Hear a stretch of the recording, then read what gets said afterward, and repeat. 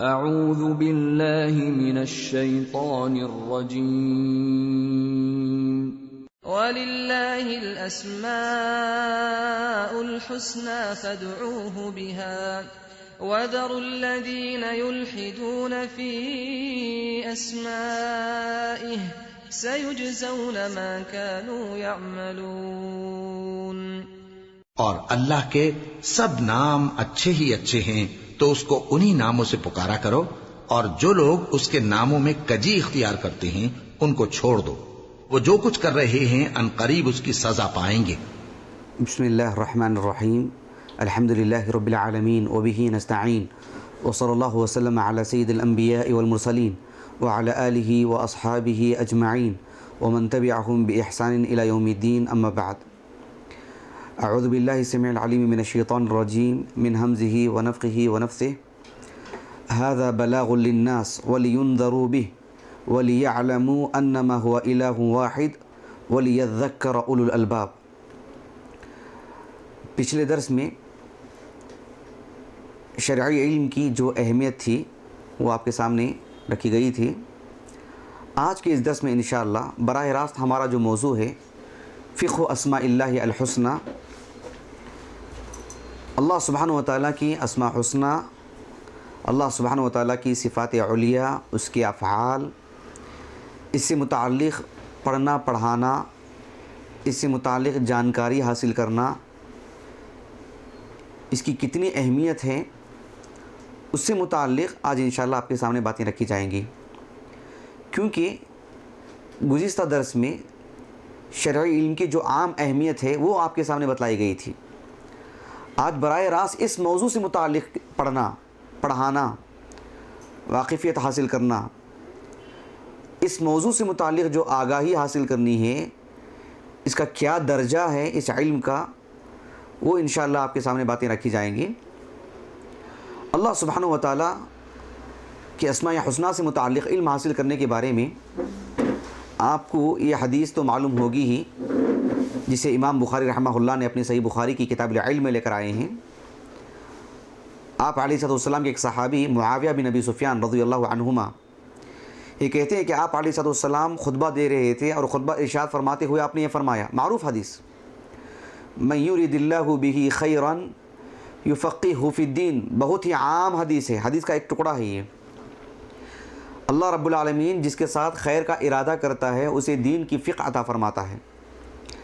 ایسا نہیں ہے کہ اللہ تعالیٰ جب کسی کے ساتھ خیر کا ارادہ کرتا ہے تو اسے وہ اور وہ اور وہ چیز عطا کرتا ہے، ایسا نہیں۔ جس کے ساتھ خیر کا ارادہ کرتا ہے، اور خیر جو بھی ہے زمین میں آسمان میں جو کچھ بھی خیر اللہ نے رکھا ہے وہ کسی بندے کو سونپنا چاہتا ہے رب العالمین، کسی کو عطا کرنا چاہتا ہے تو اسے دین کی فقہ عطا فرماتا ہے۔ اور جب دین کی بات کرتے ہیں تو اس میں سب سے عظیم درجہ رب العالمین کی اسماء حسنی کو پڑھنا ہے۔ تو اللہ تعالیٰ جب کسی کے ساتھ خیر کا ارادہ کرتا ہے تو اسے سب سے پہلے اللہ سبحانہ وتعالیٰ کی اسماء حسنی کی فقہ عطا فرماتا ہے۔ اور اس کو بالکل عام معنی میں نہ لیں، کوئی سیدھی سادی بات نہیں ہے، بہت گہری بات ہے، بہت اہم بات ہے۔ اللہ سبحانہ وتعالیٰ سے متعلق ہمیں بہت ساری چیزیں معلوم ہوں، دین کے بہت سارے گوشوں سے متعلق ہمیں واقفیت ہو، لیکن اللہ رب العالمین کے اسماء حسنی سے متعلق بالکل ہی بے خبر رہیں، یہ بہت بڑا عیب ہے ایک مسلمان کے حق میں۔ اس لیے کہ وہ جس پر ایمان لایا ہے اسے اللہ سبحانہ وتعالیٰ کی اسماء حسنی، اس کے صفات سے متعلق اسے علم ہی نہیں ہے، اور شریعت کی جو دیگر ابواب ہیں اس سے متعلق واقفیت ہے، بس جو بچی ہوئی بات ہے وہ اللہ کی ذات ہے، اللہ کے ذات کے بارے میں کچھ نہیں جانتا ہے، بہت بڑا عیب ہے یہ۔ اس خلا کو پر کرنے کی ضرورت ہے۔ اہل علم نے شروع دن سے اس سے متعلق بہت اہتمام کیا۔ امام بخاری رحمہ اللہ کی جو صحیح بخاری ہے اس میں مستقل ایک کتاب ہی ہے، کتاب التوحید، جس میں اللہ سبحانہ وتعالیٰ کے اسماء حسنی، اس کے صفات کو جہاں ثابت کیا گیا ہے، وہیں پر اس سے متعلق جو تعویلات کی گئی ہیں اہل بدعت پر رد بھی ہے۔ حافظ ابن خزیمہ رحمہ اللہ بڑے عظیم عالم دین، امام بخاری امام مسلم کے شاگرد رحمہم اللہ، آپ کی مستقل ایک کتاب ہے کتاب التوحید۔ اسی طرح سے بہت سارے علماء نے چھوٹی موٹی کتابیں، دور حاضر میں تو اس کا بہت زیادہ اہتمام کیا گیا. بالخصوص اس کا کریڈٹ جو ہے سعودی عرب کو ملتا ہے، عرب دنیا کو، بالخصوص سعودی عرب کے علماء کو، جنہوں نے غیر معمولی اہتمام کیا اس پر. یہاں مجھے اہمیت سے متعلق یہ بات بتلانا ہے کہ ایک تو اللہ سبحانہ و تعالیٰ کی ذات، اللہ اکبر، اللہ سبحانہ و تعالیٰ کی ذات سب سے عظیم ہے، اور اس سے متعلق پڑھنا، اس کے ناموں کو پڑھنا، اس کی صفات کو پڑھنا، یہ علم سب سے عظیم علم کہلائے گا. اللہ سبحانہ و تعالیٰ کے اسماء حسنہ کو پڑھنے سے اللہ سبحانہ و تعالیٰ سے محبت، اللہ سبحانہ و تعالیٰ کا سچا خوف، اللہ سبحانہ و تعالیٰ کی نافرمانیوں سے دور ہونا، یہ ساری چیزیں اس میں داخل ہو جاتی ہیں. اللہ سبحانہ و تعالیٰ سے ہم دعا کرتے ہیں، اللہ کے اسماء حسنہ کا اگر ہمیں علم نہ ہو، اس کی صفات کا علم نہ ہو، ہم کس سے پوچھ رہے ہیں، کس سے مانگ رہے ہیں؟ اللہ سبحانہ و تعالیٰ کے اسماء حسنہ کو پڑھنے سے اللہ کی محبت حاصل ہوتی ہے، جیسے کہ ابھی میں نے کہا. اس لیے کہ اگر ہم کسی سے متعلق علم ہی نہیں ہے کہ فلاں شخص کیسے ہے، اس کی محبت ہمارے دل میں کیسے آ سکتی ہے؟ مثلا ہم کسی سے کہیں کہ میں فلاں سے محبت کرتا ہوں، اور کوئی ہم سے پوچھے کہ آپ ان کو جانتے ہیں، میں کہوں گا کہ میں بالکل جانتا ہی نہیں ان کو. ان کے پاس کیا علم ہے، کیا صلاحیت ہے، ان کے اخلاق کیسے ہیں، ان کی حسن معاشرت کیسا ہے، مجھے کچھ پتہ ہی نہیں، لیکن میں ان سے بہت محبت کرتا ہوں. یہ کوئی بات نہیں نا. میں فلاں شخص کو دیکھا ہی نہیں ہوں، لیکن مجھے ان سے بہت محبت ہے. میں ان سے ملا ہی نہیں ہوں، لیکن ان سے مجھے بہت محبت ہے. غلط بات ہے، یہ معقول بات نہیں ہے. جن سے مجھے محبت ہوتی ہے، مجھے معلوم ہے کس بنیاد پر میں ان سے محبت کر رہا ہوں، ان کے علم پر، ان کی تبلیغ پر، ان کے انفاق پر، وغیرہ وغیرہ. اللہ سبحانہ و تعالیٰ سے متعلق ہمیں معلوم ہی نہیں ہے تو کہاں سے سچی محبت آ سکتی ہے؟ یہ ناممکن سی بات ہے. ورنہ بس اس حد تک کہ اللہ رازق ہے، ایسی بس روزی روٹی دے رہا ہے، اس سے مجھے تو اللہ سے تعلق ہے، بس پیٹ بھرنے کا مسئلہ ہو. اللہ سبحانہ و تعالیٰ کے پورے اسماء حسنہ کو اگر پڑھیں تو غیر معمولی محبت پیدا ہوتی ہے. اللہ سبحانہ و تعالیٰ کی عظمت ہمارے دل میں آتی ہے. آپ دیکھیں قرآن مجید میں اتنی آیتیں ہیں جن میں اللہ کے اسماء حسنہ کو پڑھنے کا حکم دیا گیا. ایک آیت کریمہ ہے، معروف آیت کریمہ سورۃ البقرہ کی. اللہ تعالیٰ نے فرمایا یا ایھا الذین آمنوا ادخلوا فی السلم کافہ ولا تتبعوا خطوات الشیطان انہ لکم عدو مبین فإن زللتم من بعد ما جاءتکم البینات. اس کے بعد اللہ نے کہا فاعلموا ان اللہ عزیز حکیم. یہ قابل غور بات. فاعلموا یعنی تم جان لو، اللہ نے حکم دیا، ان اللہ عزیز حکیم، اللہ عزیز ہے، اللہ حکیم ہے، یہ تم جان لو. کیا مطلب ہے اس کا؟ کیا مطلب ہے اس کا؟ اللہ عزیز ہے، اللہ حکیم ہے، تم جان لو، کیا مطلب ہے؟ اللہ سبحانہ و تعالیٰ کے اسماء حسنہ میں سے ایک نام ہے عزیز، یہ جاننا ہے کہ بس اللہ کا ایک نام ہے عزیز، یا اس کی تفصیلات کو جاننا ہے؟ عزیز کا معنی کیا ہے، عزیز کا مفہوم کیا ہے، پھر اس سے متعلق جو کتاب و سنت میں بڑی وسیع معلومات دی گئی ہیں ان کو جاننا ہے. کیا مطلب ہے اس کا؟ صرف یہ نہیں ہے کہ مجرد اللہ کا ایک نام ہے عزیز اس کو جان لو، اللہ کا ایک نام ہے حکیم مجرد اس کو جان لو، محض اس کو جاننا ہے، وہ تو علم نہیں. ایسا کون سا مسلمان ہے بتلائیے جسے یہ نامعلوم ہو کہ اللہ کے اسماء حسنہ میں سے ایک نام عزیز بھی ہے؟ سب کو معلوم ہے. تو اس آیت کریمہ میں کس بات کا حکم دیا جا رہا ہے؟ فاعلموا یعنی تم جانو، یعنی تمہارے لوازمات میں، تمہاری ذمہ داریوں میں یہ بات ہونی چاہیے کہ تم اس سے متعلق علم حاصل کرو. اللہ رب العالمین نے ابراہیم علیہ السلام سے متعلق جو گفتگو ہوئی ہے، جو مرنے کے بعد دوبارہ زندہ کرنے سے متعلق جو بات ہے، اللہ نے کہا وَإِذْ قَالَ إِبْرَاهِيمُ رَبِّ أَرِنِي كَيْفَ تُحْيِي الْمَوْتَى. ابراہیم علیہ السلام نے کہا کہ اے اللہ مجھے ذرا اس کی خبر دے، ذرا مجھے بتلا دے کہ تو مرنے کے بعد دوبارہ کیسے زندہ کرتا ہے موتا کو. وَإِذْ قَالَ إِبْرَاهِيمُ رَبِّ أَرِنِي كَيْفَ تُحْيِي الْمَوْتَى قَالَ أَوَلَمْ تُؤْمِنْ قَالَ بَلَى وَلَكِنْ لِيَطْمَئِنَّ قَلْبِي قَالَ فَخُذْ أَرْبَعَةً مِنَ الطَّيْرِ فَصُرْهُنَّ إِلَيْكَ ثُمَّ اجْعَلْ عَلَى كُلِّ جَبَلٍ مِّنْهُنَّ جُزْءًا ثُمَّ ادْعُوهُنَّ يَأْتِينَكَ سَعْيًا. اللہ نے کہا کہ جو ہے کیا تمہیں اس بات پر یقین نہیں ہے کہ میں دوبارہ زندہ کروں گا؟ کہا کہ اے اللہ ضرور پورا یقین ہے مجھے، کیوں نہیں، البتہ میرے دل کو تسکین ہو جائے، سکون مل جائے مجھے. اللہ نے کہا کہ ٹھیک ہے، 4 پرندوں کو لو، ان کے ٹکڑے ٹکڑے کر دو اور انہیں جا کر کے پہاڑ پر رکھ دو. ثم ادعوہن، پھر انہیں تم آواز دو، بلاؤ ان کو، یاتینک سعیا، پھر دوڑ کر کے تمہارے پاس پورے پرندے آئیں گے۔ یہ پوری بات بتلانے کے بعد اللہ نے کیا فرمایا معلوم ہے اپنے ابراہیم سے، اپنے خلیل سے علیہ السلام؟ کہا کہ وَاعْلَمْ أَنَّ اللَّهَ عَزِيزٌ حَكِيمٌ، یعنی اے ابراہیم تم جان لو، یہ قرآن کی جو آیات ہیں کچھ سیدھے سادے معنی میں نہیں، سادگی سے نہیں لینا چاہیے کہ وَاعْلَمْ تم جان لو، وَاعْلَمْ أَنَّ اللَّهَ عَزِيزٌ حَكِيمٌ، اے ابراہیم تم جان لو کہ اللہ عزیز ہے، اللہ حکیم ہے۔ یعنی باقاعدہ پڑھنا چاہیے، معلوم کرنا چاہیے کہ اللہ عزیز ہے، معلوم کرنا چاہیے کہ اللہ حکیم ہے۔ اللہ سبحانہ و تعالیٰ نے قرآن مجید میں ایک اور جگہ پر سورۃ البقرہ ہی میں کہا کہ وَقَاتِلُوا فِي سَبِيلِ اللَّهِ، وَقَاتِلُوا فِي سَبِيلِ اللَّهِ، اللہ کے راستے میں قتال کرو، اور فوراً کہا وَاعْلَمُوا أَنَّ اللَّهَ سَمِيعٌ عَلِيمٌ، اور جان لو کہ اللہ سمیع ہے، اللہ علیم ہے۔ یہاں بھی یہی کہوں گا میں، اس کو سیدھے سادے معنی میں نہ لے کہ تو بس تم جان لو اور نکل جاؤ آگے۔ اللہ سمیع ہے، اللہ کے ناموں میں سے ایک نام السمیع ہے، اللہ کے ناموں میں سے ایک نام العلیم ہے، جان لیں آگے بڑھیں، ایسا نہیں۔ اللہ سمیع ہے تو جانیں پورے شعور کے ساتھ، اس کی تفصیلات کے ساتھ۔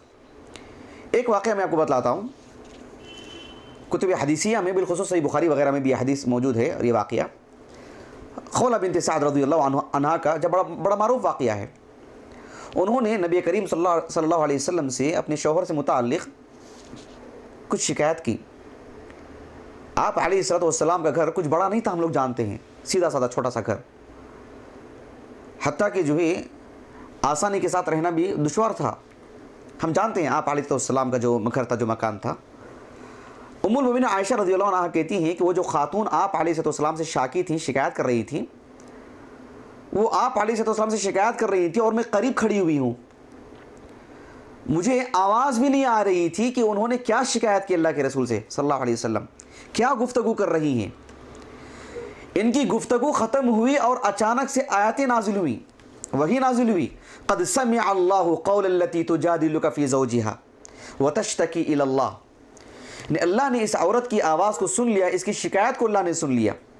التی تجادلک فی زوجہا، یہ خاتون آپ سے اپنے شوہر سے متعلق گفتگو کر رہی ہیں اور جو ہے آپ کی عدالت میں اس مسئلے کو لے کر آئی ہیں۔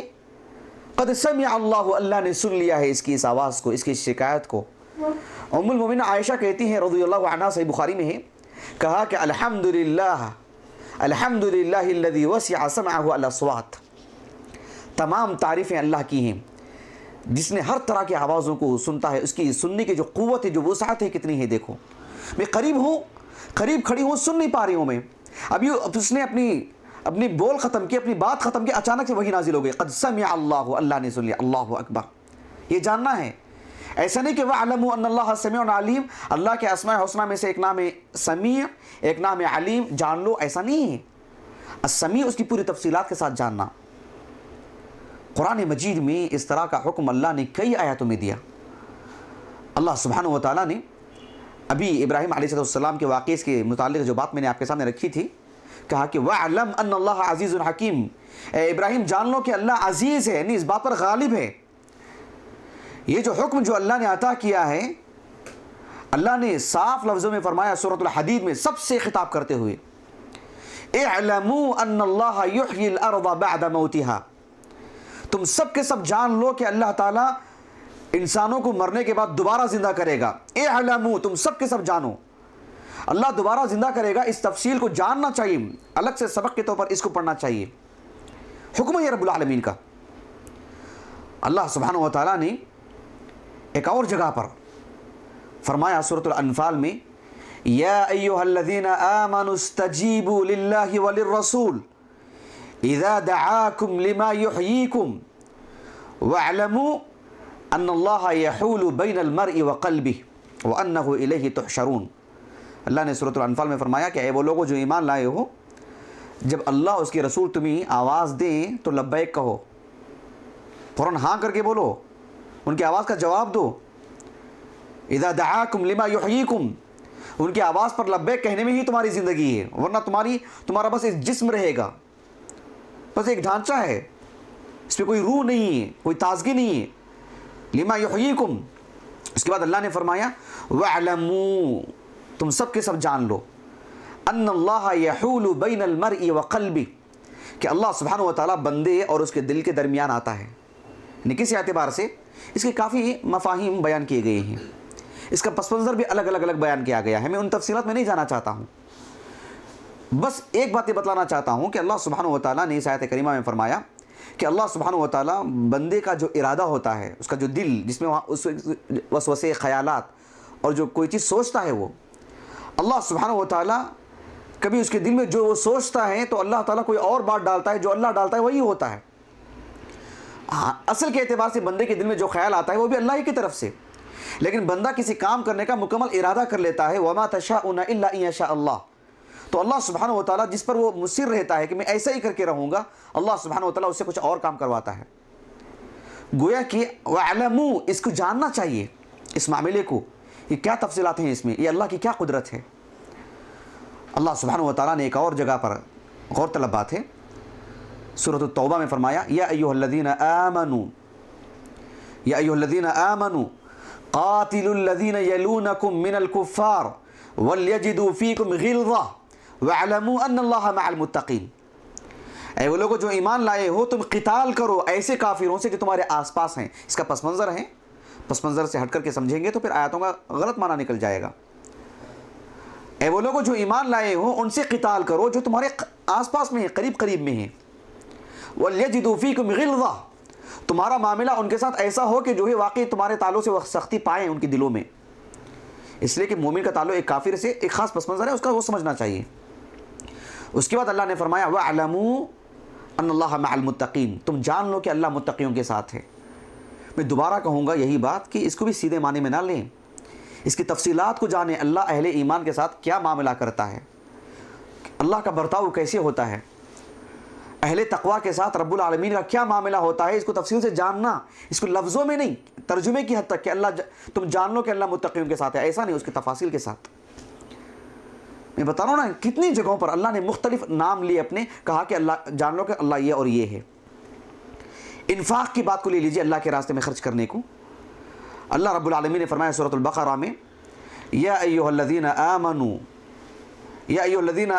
انفقوا من طیبات ما کسبتم ومما اخرجنا لكم من الارض ولا تيمموا الخبيث منه تنفقون ولستم بآخذيه الا ان تغمضوا فيه واعلموا ان الله غنی حمید.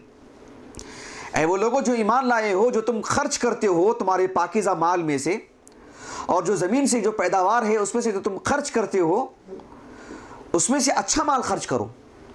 ولا تیمموا الخبیث منہ تنفقون، تمہارا جو مال ہے چاہے وہ زمین کی پیداوار ہو یا کچھ بھی ہو، اس میں سے اچھا اور عمدہ جو خرچ کرو اللہ کے راستے میں، ردی مال نہیں.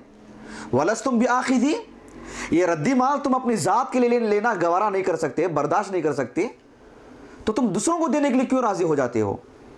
اس کے بعد اللہ نے کہا کہ وَاعْلَمُوا، تم اس کے بارے میں علم حاصل کر لو کہ ان اللہ غنی حمید، اللہ غنی ہے، اللہ بے نیاز ہے ایسے انفاق سے.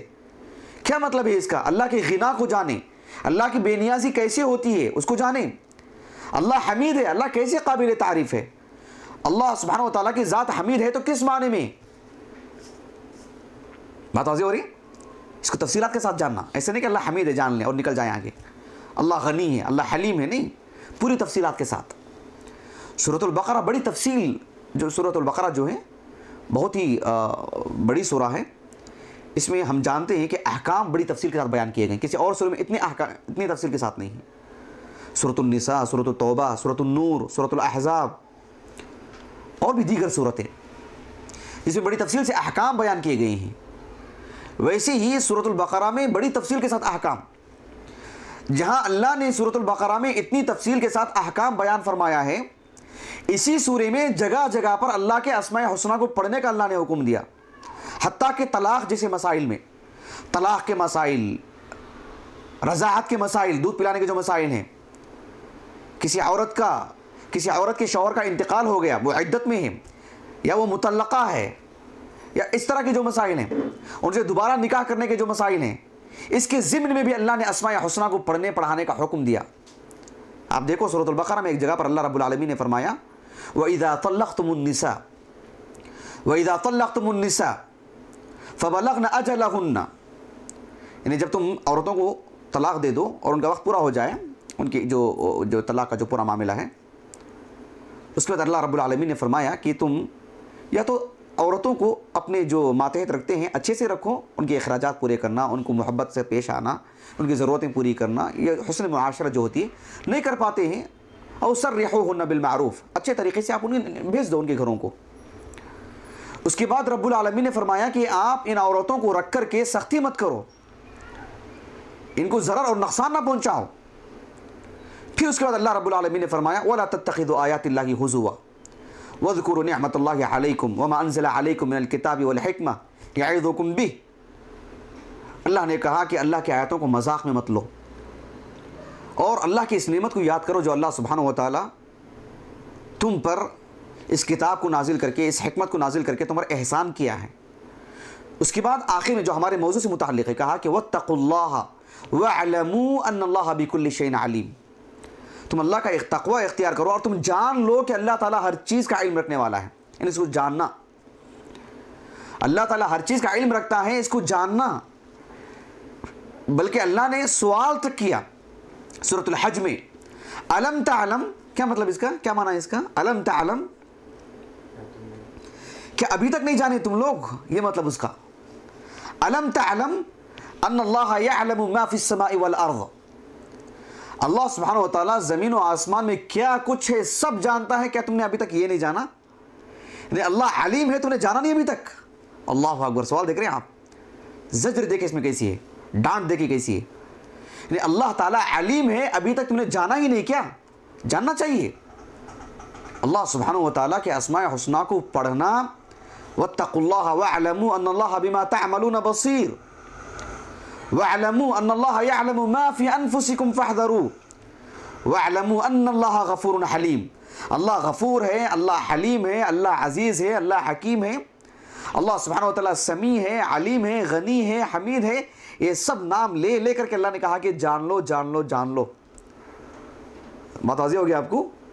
یہ ہمارا کوئی نظریہ نہیں ہے، ہماری اپنی رائے، ہماری اپنی جانب سے بات نہیں ہے، یہ خود اللہ نے کہا کہ اللہ کے ان ناموں کو جانو، ان ناموں سے مراد محض ان ناموں کو نہیں، اللہ سبحانہ و تعالیٰ کے اسماء حسنہ کو، اللہ سبحانہ و تعالیٰ کے صفات کو، وَاعْلَمُوا أَنَّ اللَّهَ مَوْلَاكُمْ نِعْمَ الْمَوْلَى وَنِعْمَ النَّصِيرُ وَإِن تَوَلَّوْا فَاعْلَمُوا أَنَّ اللَّهَ مَوْلَاكُمْ۔ اگر یہ لوگ منہ موڑ لیں اسلام سے اور تمہارے خلاف کھڑے ہو جائیں، فَاعْلَمُوا أَنَّ اللَّهَ مَوْلَاكُمْ، تم جان لو کہ اللہ تمہارا مولا ہے، اللہ تمہارا کارساز ہے، تمہارا حامی اللہ ہے، تمہارا مددگار اللہ ہے۔ کیا مطلب ہے اس کا؟ اسی لیے ہماری ہمتیں اتنی پست ہیں، اللہ ہمارا حامی ہے، ہمیں اس کا علم نہیں، ہم نے جانا ہی نہیں اس معاملے کو۔ نعم المولا و نعم النصیر، یہ ہماری زبان پہ جستی نہیں ہے بات، اس لیے کہ اللہ سبحانہ و تعالیٰ کے اسماء حسنہ کو ہم نے پڑھا نہیں ہے۔ تو اللہ رب العالمین کے اسماء حسنہ کو جاننا، اس کی اہمیت غیر معمولی، خود اللہ نے اس کا حکم دیا۔ یہاں میں آپ کو ایک اور بات بتلاتا ہوں، بہت ہی قابل غور بات، یقیناً آپ بھی میرے اس بات میں جو اتفاق کریں گے۔ آپ ذرا مسلم معاشرے پر ایک نظر ڈالیے، ہمارے اپنے مسلم معاشرے میں ہماری زبانوں پر اللہ کے کتنے نام آتے ہیں بتلائیے، روزمرہ سوچ کر کے، یعنی ایسی زبردستی کی صورت میں نہیں، عام ہماری زبان میں، میں میرے اور آپ کی بات نہیں کر رہا ہوں، پورے مسلم معاشرے کی بات کر رہا ہوں، عمومی طور پر ہماری زبان سے کتنے نام نکلتے ہیں اللہ کے، ذرا بتلائیے، بولیے کیا کیا نام آتے ہیں، بولیے۔ اللہ اور خدا دے، رحمان، نہیں، رحمان کیسے استعمال ہوتا ہے؟ یعنی مثال دیتا ہوں میں آپ کو، مسلمانوں میں ان کی زبان کے اعتبار سے بات کر رہا ہوں، آپسی جو باتیں ہوتی ہیں، کیسے ہیں آپ؟ مالک کی مہربانی ہے، اللہ کا فضل ہے، چلو اللہ کا ایک نام ان کی زبان میں استعمال میں آیا، مالک ایک نام استعمال میں آیا، اور بے فکر رہی ہے، اللہ رزاق ہے، یہ تو ہوتا نا، اللہ غفور ہے، اللہ رحیم ہے۔ ان تین چار ناموں کو نکالنے کے بعد ہمارے عام بول چال میں، چاہے میں بہت دور نہیں جا رہا ہوں، آپ کو کسی مارکیٹ لے کے نہیں جا رہا ہوں، وہاں کی بزنس میں ہماری زبان میں کیا باتیں آتی ہیں، اللہ کے کون سے نام آتے ہیں، میں مسجد کی بات کر رہا ہوں، ہمارے مسلم دینداروں کے گھرانے کی بات کر رہا ہوں، کتنے ناموں کا استعمال ہوتا ہے بتلائیے۔ کتنے افسوس کی بات ہے، دیکھیے 3-4 ناموں کے کچھ نام معلوم ہے، لیکن جو نام معلوم ہے ان میں سے کتنے ناموں کا استعمال ہے وہ دیکھیں آپ. اور بولیے اللہ حافظ. نہیں، اللہ وہی ایک نام آ رہا ہے. اللہ سبحانہ و تعالیٰ کے اسماء الحسنہ میں سے نہیں ہے. سوال میرا واضح ہے آپ کو یا دوبارہ کرو؟ میرا سوال یہ ہے کہ ہماری جو روزمرہ کی جو زبان ہے، روزمرہ میں سوچ و بچار کے ساتھ نہیں بول رہا ہوں میں، آپ سوچ کر کے بولیں کہ اللہ کا یہ بھی ایک نام ہے، یہ بھی ایک نام ہے، یہ نہیں. ہماری عام بول چال میں اللہ کے ہم کتنے ناموں کا استعمال کرتے ہیں. جیسے ہم بولتے ہیں کہ اللہ کا فضل ہے، جیسے اللہ کا ایک نام آیا. مالک کی مہربانی ہے بولتے ہیں، مالک ایک نام آتا ہے. اوپر والا نہیں، وہ تو خیر رہنے دیجیے کیونکہ اس میں نام نہیں ہے. کتنے ناموں کا انتخاب ہم کرتے ہیں ہمارے عام بول چال میں، ایسے ہی نکل جائے کوئی نام.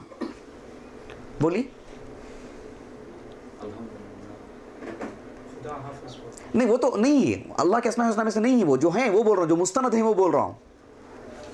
میرا سوال دوبارہ کروں، ایک اور مرتبہ کروں، وہاں سے نہیں ہوا شاید. نہیں اتنا ہی آتا ہے. ہاں، اللہ کے اسماء الحسنہ 100 سے زائد ہیں، مستند ہیں، ثابت شدہ. ہو سکتا ہے ہماری معلومات میں، ہمارے علم میں بھی ہو. اللہ رب العالمین کے اسماء الحسنہ میں سے ایک نام العزیز ہے. اکثر لوگوں کو معلوم ہے نا، میں پڑھے لکھے لوگوں کی بات نہیں کر رہا ہوں، عام مسلمان کی بات کر رہا ہوں. معلوم ہے نا اللہ حکیم ہے، معلوم ہے نا اللہ سبحانہ و تعالیٰ البصیر ہے، معلوم ہے نا خبیر ہے اللہ تعالیٰ، معلوم ہے علیم ہے اللہ تعالیٰ، معلوم ہے. لیکن کیا ہمارے عام بول چال میں اس کا استعمال ہوتا ہے؟ نہیں. اس کا مطلب ہے کہ اللہ سبحانہ و تعالیٰ کے اسماء حسنہ سے ایک تو ہمارا تعلق نہیں ہے، اگر بہت ہے تو صرف علم کے حد تک ہے کہ اللہ کے یہ اسماء حسنہ ہیں ہمارے عام بول چال میں. لیکن اگر آپ قرآن مجید کو ذرا گہرائی سے پڑھیں تو آپ دیکھیے قرآن مجید میں انبیاء کے علیہم الصلوۃ والسلام جو واقعات اللہ نے بیان کی ہیں، انبیاء کی زبان دیکھیے، عجیب، بہت تعجب ہوتا ہے. انبیاء کی جو زبان ہوتی ہے، عام بول چال ان کی، لیکن اسماء حسنہ کا انتخاب بھی بڑا عجیب رہتا ہے. ان کی اس بول سے، ان کی اس بات سے، اس نام کا استعمال میں کیا تعلق ہے، بڑی عجیب سے لطافت رہتی ہے. ایک مثال میں آپ کو دیتا ہوں اور آپ کو 1 سے 2-3 منٹ دیتا بھی ہوں میں. آپ ذرا غور کریں، آپ ذرا مصحف کھولو، قرآن کھولیں، قرآن دیکھو، اس آیت کریمہ کو دیکھو آپ، اور آپ مجھے جواب دیں. کوشش کریں کہ اس آیت میں جو بات کہی گئی ہے موسیٰ علیہ السلام سے متعلق،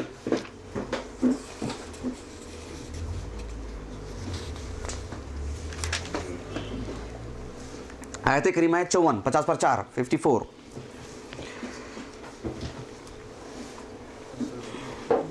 ہاں جی سورۃ البقرہ.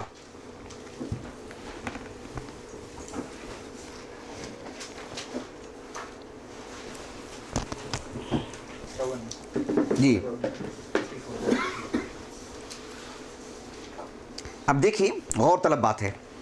میں آپ کو ہلکا پھلکا سا ایک پس پس بتلا دیتا ہوں 2 لفظوں میں. موسیٰ علیہ السلام مصر میں تھے، ایک حادثہ پیش آیا، آپ مدین چلے گئے، مدین سے واپسی میں آپ کو نبوت ملی، آپ دوبارہ مصر آئے، ایک عرصہ آپ دعوت و تبلیغ کا کام کرتے رہے. فرعون، اللہ سبحانہ و تعالیٰ نے فرعون سے ان کو نجات دلائی. آپ اپنی قوم بنی اسرائیل کو لے کر کے سمندر پار کرنا چاہا، پیچھے سے فرعون آیا، یہ نکل گئے، فرعون غرق ہو گیا. یہاں تک قصہ ہم کو معلوم ہے. اس کے بعد وادی تیہ معلوم ہے آپ کو، وادی سینا کہاں آتا ہے معلوم ہے؟ مصر اور سعودی عرب کے درمیان ایک جو وی کے شکل میں ایک علاقہ ہے معلوم ہے، وہ مصر کا ایک حصہ ہے. وہ اس میں ایک زمانے تک موسیٰ علیہ السلام اپنی قوم کے ساتھ تھے. وہاں آنے کے بعد موسیٰ علیہ السلام کو اللہ تعالیٰ نے طور پر بلایا اور آپ کو تورات کا نسخہ آپ کو عطا کیا اللہ نے.